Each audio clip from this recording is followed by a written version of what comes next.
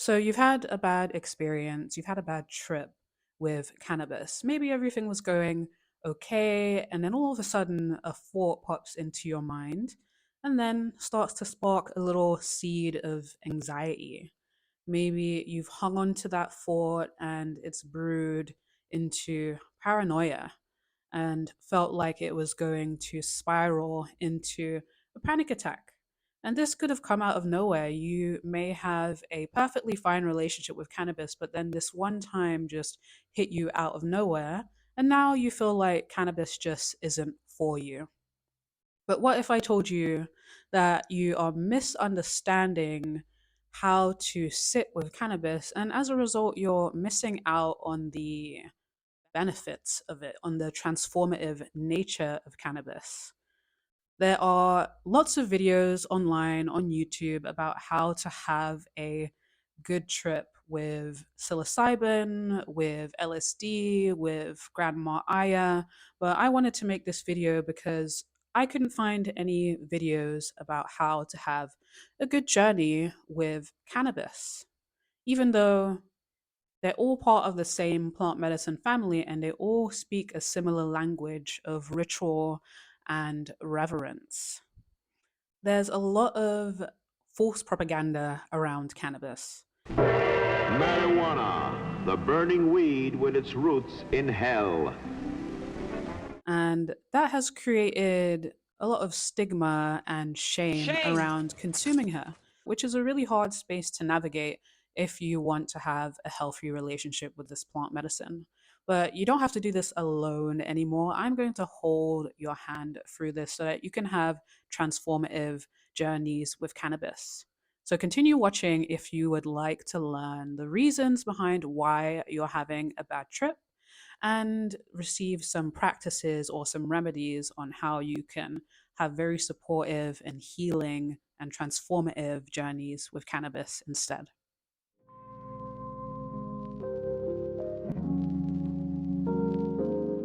My name is Minelli. Welcome to this digital home and container for your spirit, which is called Yoga with Minelli. This space is a guide for your constant unfurling, for returning to the splendor of your true nature through movement, mindfulness, and cannabis, or whatever you want to call it: marijuana, bud, herb, bung, hashish, grass, reefer, cabbage, Mary Jane, pot, wacky tobacco. I don't like wacky tobacco. Let's scratch that. But whatever you want to call it, we are using cannabis, a plant medicine, in order to support our coming home to ourselves. So, in today's video, I'm going to share some reasons why you might be having a bad trip with cannabis. And then I'll offer some remedies, some practices to set the groundwork for transformative cannabis journeys so you can become a pilot in your experience and reap all of the physical, mental, and spiritual benefits of this plant. So, the first reason why you are having a bad trip is because you don't know your ideal dose. You don't know your therapeutic window. And a therapeutic window is the amount of THC that you consume that can feel supportive or healing for you. So, if you have taken too high of a dose, that can look like feeling really anxious. It can feel like a panic attack or paranoia, just ruminating thoughts on things that do not feel so great. It can look like just feeling like you've had like 4 cups of coffee back to back. It can also look like feeling extremely lethargic and couch locked. Undershooting your therapeutic window can look like just having a really mild high that doesn't hit the mood that you were hoping for.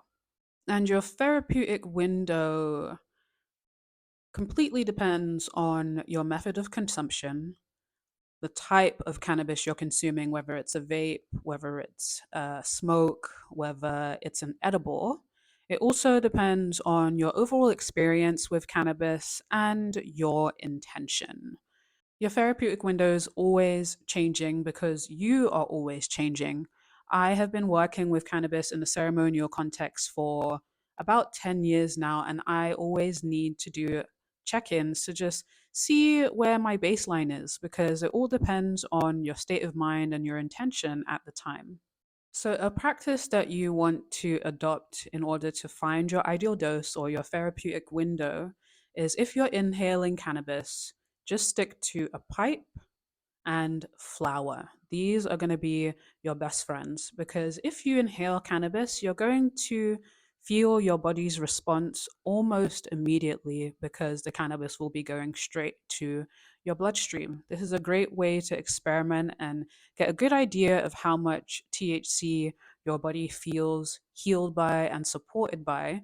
And it's a great way to be able to see what kind of dose works if you want to feel creative, what kind of dose works if you just want to relax a little bit but not be completely couch locked. And inhaling cannabis is a really nice way to measure where you're not going to overshoot your therapeutic window. I recommend taking 2 to 3 puffs and then step back. Let it linger for at least 10-15 minutes. You're really not going to feel the height of your high straight away. So you don't want to just take hit after hit after hit and then put your cannabis aside, which is why I don't really recommend joints when you're trying to find your therapeutic window. Whereas with a pipe, it's really small. You can take a couple hits and then put it aside, wait for some time, and then see how it feels in your body. If you're not one for inhaling cannabis, that you can try a tincture because they're relatively fast acting as well. They usually take 10 or 15 minutes to activate because you put them underneath your tongue. And there are also some edible companies that are great with low dose edibles that are also fast acting and they act within 15 or 20 minutes. So you don't have to wait an entire hour or hour and a half for the cannabis to make its way into your bloodstream and know exactly how it's going to show up. The general rule is you can always consume more, but you cannot consume less. So start off a little bit on the tentative side. Take your time, just taking 1 or 2 puffs, wait a while, and then if your body invites you to consume more cannabis, then you can do so. Another reason why you are having a bad trip is that you haven't taken the time to curate an appropriate setting. Cannabis can make us feel really vulnerable, and vulnerability is a great characteristic if you feel safe to do so. And safety can come from where you are and it can come from who you're with. So these are two things that really matter when you are consuming cannabis. So, speaking of place, where are you? Are you in nature? Are you at a party with tons of people that you don't know? Are you in your car hotboxing? Space matters. In order to curate a supportive and healing space for your cannabis journey, I recommend one of two places, either being in nature or being at home. I love being in nature if I can do it, if I can make the drive, or if I'm already in a place that is full of nature. And if I do go to nature to consume cannabis, I like to pick a place that's familiar and easy for me to get in and out of. It doesn't require any big or challenging hikes, maybe just a very chill walk to a place where I know that I'll be mostly alone and I'll feel safe that way. You can also choose to just consume at home, make it easy where you don't need to drive after consuming cannabis. This can be in your house, in your room, it can be on your balcony or your patio so you can get some nice fresh air. All that really matters is that you are finding enjoyment in creating a vibe. You don't want to be in a place where you feel nervous about being high or being in an altered state of consciousness because that thing that starts off as nervousness when you're not high is going to manifest as paranoia when you do have cannabis in your system. So find enjoyment in curating a vibe.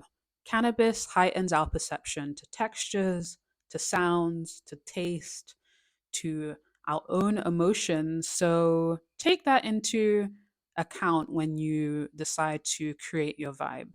If you're at home, you might choose to cleanse the space before you consume cannabis. And that can look like actually using sage or Palo Santo. It can look like just burning an incense or a candle, or even just spraying the space that you're in with perfume. Look for creature comforts within your space. Lots of pillows or blankets that feel comfortable for you to lay in. Maybe you have a coloring book so that you can use your thinking mind in a way that feels creative. Maybe you play some music. This is one of my favorite things to do, and I'll link my Spotify playlist in the description below. But if you are curating music, you might want to use some headphones or just play it on your TV or laptop or speakers. Choose music that is consistent, that the tone doesn't vary too much when it goes from song to song, or you can literally just play the same song on repeat until you get bored of it. And a nice additional thing to do while you're playing music is also to cover your eyes with maybe a scented eye pillow or a really nice and soft towel so that you can turn your awareness to your inner landscape and just notice what the sounds of music bring up in your body and in your mind. I know what you're thinking. I know you're thinking, like, Minelli, why do I need to do all of this just to smoke some cannabis? I just want to come home, kick my shoes off, and get high and just chill. And I understand that. But just as you prepare for ayahuasca by doing a 2 week diet minimum, or you prepare for a mushroom trip by making sure you don't have a super high fatty meal, or you prepare for LSD by making sure your mind space is balanced and mostly positive, you also want to bring that same care into your time with cannabis. If no one has told you this, I'm going to tell you cannabis is a psychedelic. Cannabis alters our state of consciousness, it alters our cognitive processes, it alters our mood, alters our sense of time and sensation. That is a psychedelic, and it's also an entheogen. If you don't know what an entheogen is, just Google it. But cannabis is a very powerful plant medicine. And yes, you can feel a lot of the benefits by just mindlessly smoking it or consuming it in whatever preferred method you have, but you are greatly missing out on all of the spiritual, mental, and physical benefits it has. When you take the time to curate space and find your ideal dose, you can reap the benefits of this plant medicine and use it like a real tool that it is 10, 20, 30 times more than you have currently been experiencing it. So take the time to curate a space that feels safe. Not only the actual space, but also, like I said, the people that you are sharing space with. Because cannabis makes you feel vulnerable, you need to trust and feel safe with the people that you're consuming with 1,000%.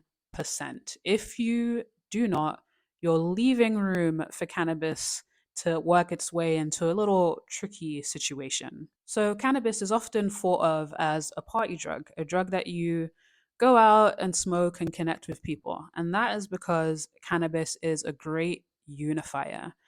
She reminds us of our interconnected nature. So we go out in nature and we feel connected to the trees, to the earth, to the birds, and like everything is happening just for us. It makes us feel connected to ourselves and to random strangers. And this energy is really good if you're in a space with people that you know and trust.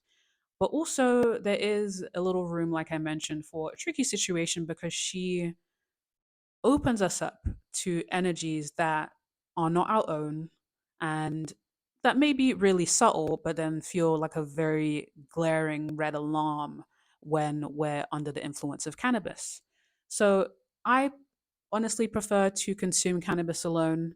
It's a great way to do it because then you only have your energy to contend with and you don't have to filter through other people's energy to kind of figure out what does and what does not belong to you.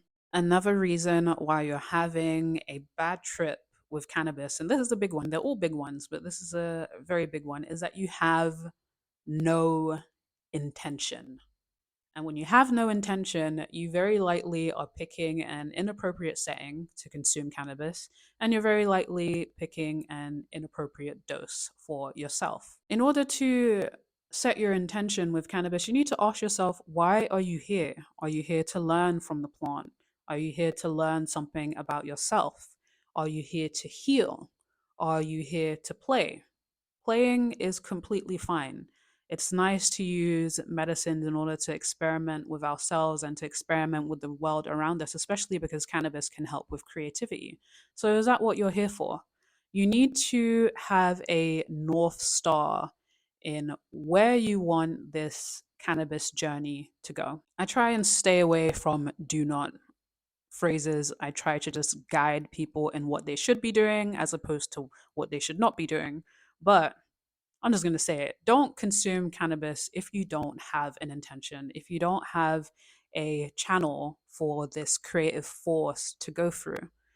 Cannabis is playful, like I said, but she's playful in a mischievous way. She likes to play in a way that can cause trouble.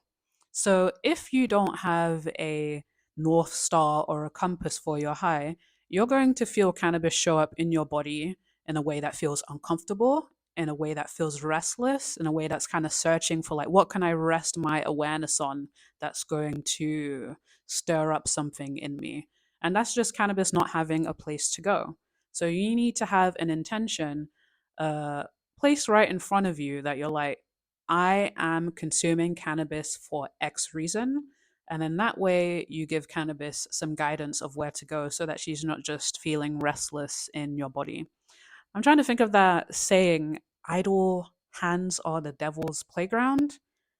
That's exactly how it feels to have cannabis in your system and literally have no purpose for her. She's just there, bored, and might end up starting some trouble in your mind. So, in order to resolve this, you need to practice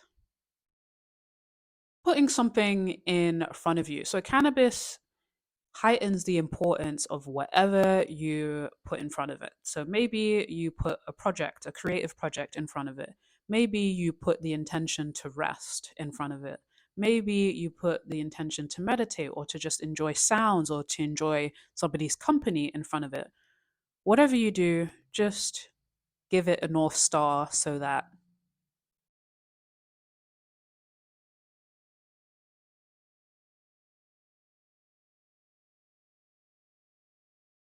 so whatever you do, give it a North Star so that she knows where you want to go and she knows how to map out map out the route to take you on. And this leads into the next reason why you're having a bad trip. And that is you do not know how to relinquish control. So even after you've done all of the work leading up to this point to curate a space, set an intention, and know your dose, after that, you have to realize that sitting with cannabis is ultimately shifting you into an altered state of consciousness. So you need to let go. You need to let cannabis take the lead and show you what you need. So you are the co pilot in this drive. Cannabis is behind the wheel, you're in the passenger seat. You've given cannabis the destination that you want to go to, and now you have to trust that cannabis is going to drive you there. She might take the scenic route, she might take a route that you've never seen before, and you might be like, oh, wait, where are we going? Why are we taking this diversion? I thought we were going to go this way. You need to trust that cannabis knows exactly where to go and how to get you there. Cannabis is a plant medicine. It is a sacred plant medicine that has been on this earth and used in rites of passage for thousands and thousands and thousands of years. You need to trust that cannabis knows exactly what you need and knows exactly how to get you there. And that requires letting go. Don't try and reach for the wheel. All that's going to do is going to jerk you back and forth and just be a very jarring experience. So learn to let go. You've set the groundwork as much as you can. And now you need to trust that this plant medicine is going to be supportive and healing for you. Another reason why you are having a bad trip is that you are disembodied. If you're disembodied, join the club. We are all disembodied. And that is just a symptom of capitalism and colonialism and the systems that we live under. These systems ultimately benefit from us being disembodied because we voluntarily turn our own bodies into tools, into machines, and tools for productivity and efficiency. So, in order to be productive and efficient, you don't want to be in your body, you want to be in your mind. You want to be connected to logic, you want to be connected to the most efficient ways to execute a task, rather than connected to the wisdom of your body and the rhythm of your body. So, being disembodied can show up in your cannabis journey by there being a little tug of war with you and your ego wanting to stay in your mind, while cannabis is like, no, come over here, come to your body. This is where the good stuff is. So, anytime there's a misalignment or a tug of war between you and cannabis, that's going to end up in a bad time for you. So, center being embodied in your cannabis journey. What does that look like? It looks like many things. One of my favorite ways is by dancing. This is another reason why it's nice to just have a cannabis journey on your own, because if you're in a room with people that you don't know or you don't really trust, you're not going to feel comfortable doing certain things like dancing. So dance in a room like nobody's watching. You don't need to dance well. It doesn't have to be a specific dance move, but just put on a tune that you like the music to, or you like the notes of, or that stirs up a feeling in your body, and just see the ways that your body naturally wants to move. That can make this is a way of somatic movement, of moving stagnant energy out of your body and really tapping into the present moment. It's also really, really helpful to have an established mindfulness practice where you practice non judgmental awareness. And it's really helpful to have an established movement practice where you know what it feels like to be in your body. So you know what it feels like to be out of your body. And these practices make it a lot easier to manage your cannabis journey in a way that feels transformative and healing for you. And of course, this is what I specialize in. You can find plenty of cannabis infused yoga classes and cannabis infused meditation on my YouTube page right now. Maybe you consume some cannabis and pull up a super long class and see how it sits with you. I also have a yoga portal where I have many podcast episodes and way more classes to support you during your cannabis journey, which I will link in the description below. So here's a recap on why you are having a bad trip with cannabis. And here are the ways that you can set the groundwork for transformative journeys with cannabis instead. So that's it. That's the end of today's video. I hope that these practices are supportive for you. And let me know in the comments whether you try any of them and how they shift your journey. Let me know if you have any feedback. And don't forget to like and subscribe on your way out. And also check out the yoga portal. It is a very helpful resource and a guide back to your true nature through movement, mindfulness, and cannabis. See you next time.